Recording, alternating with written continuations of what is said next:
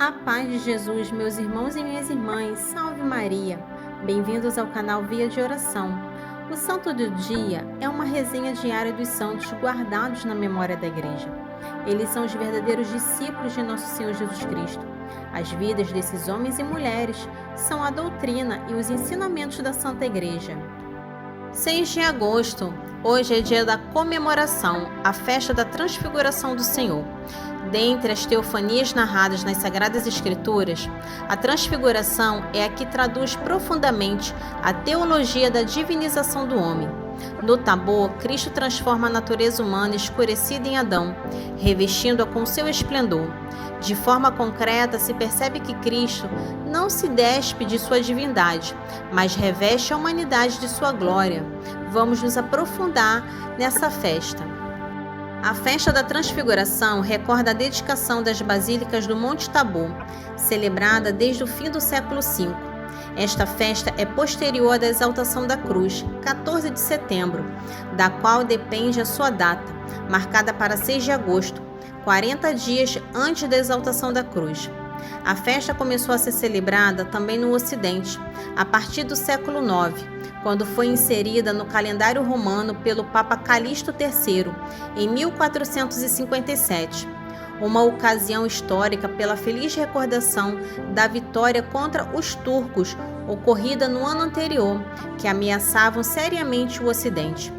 A Transfiguração do Senhor está entre as grandes festas e solenidades da Igreja Oriental. Vem precedida com a oração das vésperas solene, seguido da grande vigília de oração.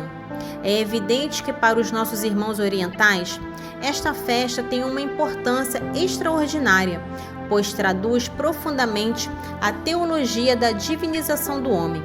O episódio da Transfiguração chegou até nós por meio dos relatos dos evangelhos sinóticos, Mateus, Marcos e Lucas, mas também por meio de uma alusão contida na segunda carta de São Pedro Apóstolo, proposta pela forma litúrgica, como uma leitura do livro do profeta Daniel, se a festa for celebrada na semana. Nesse evento prodigioso, Moisés e Elias, ou seja, a lei e os profetas, apareceram conversando com Jesus.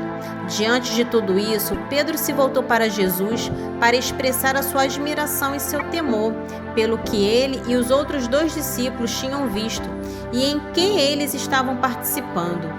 Rabindo, que quer dizer mestre, é bom estarmos aqui. Vamos fazer 3 tendas, uma para ti, uma para Moisés e outra para Elias.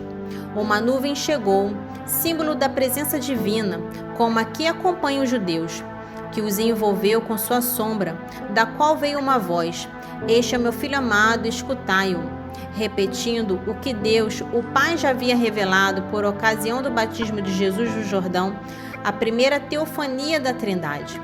Filho amado é um dos mais importantes títulos cristológicos inspirados por Isaías, onde o termo amor significa o servo de Javé, enquanto o convite ouvir lembra Deuteronômio, onde Moisés anuncia a vinda do profeta do fim dos tempos, a qual o povo deve ouvir.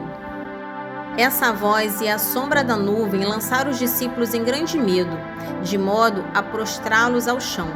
Mas quando os discípulos olharam em volta, não viram senão só Jesus. Esta presença é o único essencial, é a coisa mais importante a ser encontrada no final de uma grande experiência.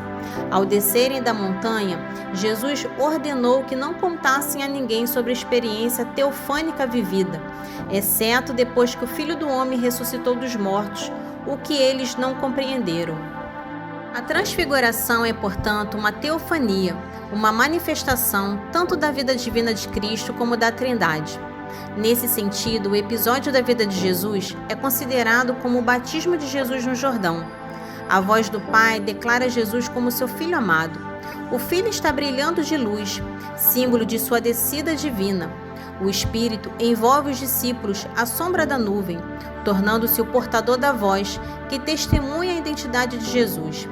Jesus foi transfigurado aos olhos dos seus discípulos, e até mesmo os olhos dos discípulos foram transfigurados, no sentido de uma transformação de sua capacidade de ver contemplar, para ser capaz de encontrar em Cristo a glória de Deus através do Espírito Santo.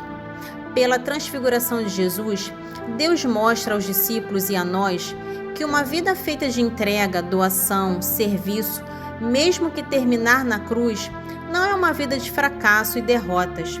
Deus tem uma promessa de vida plena e definitiva no final do caminho. Confiemos. Amém. Para conhecer um pouco sobre a vida dos santos, se inscreva no canal, curta e ative o sininho para receber as notificações. Os santos são obras-primas de Cristo e nos levam por suas preces a Deus. Oração do dia. Jesus, amigo de todos, assim como manifestastes a tua glória aos discípulos, te pedimos que se manifeste a nós, para que te conheçamos melhor e te amemos acima de tudo, acima de todos. Que o encontro contigo deixe marcas profundas em nossa história. Amém.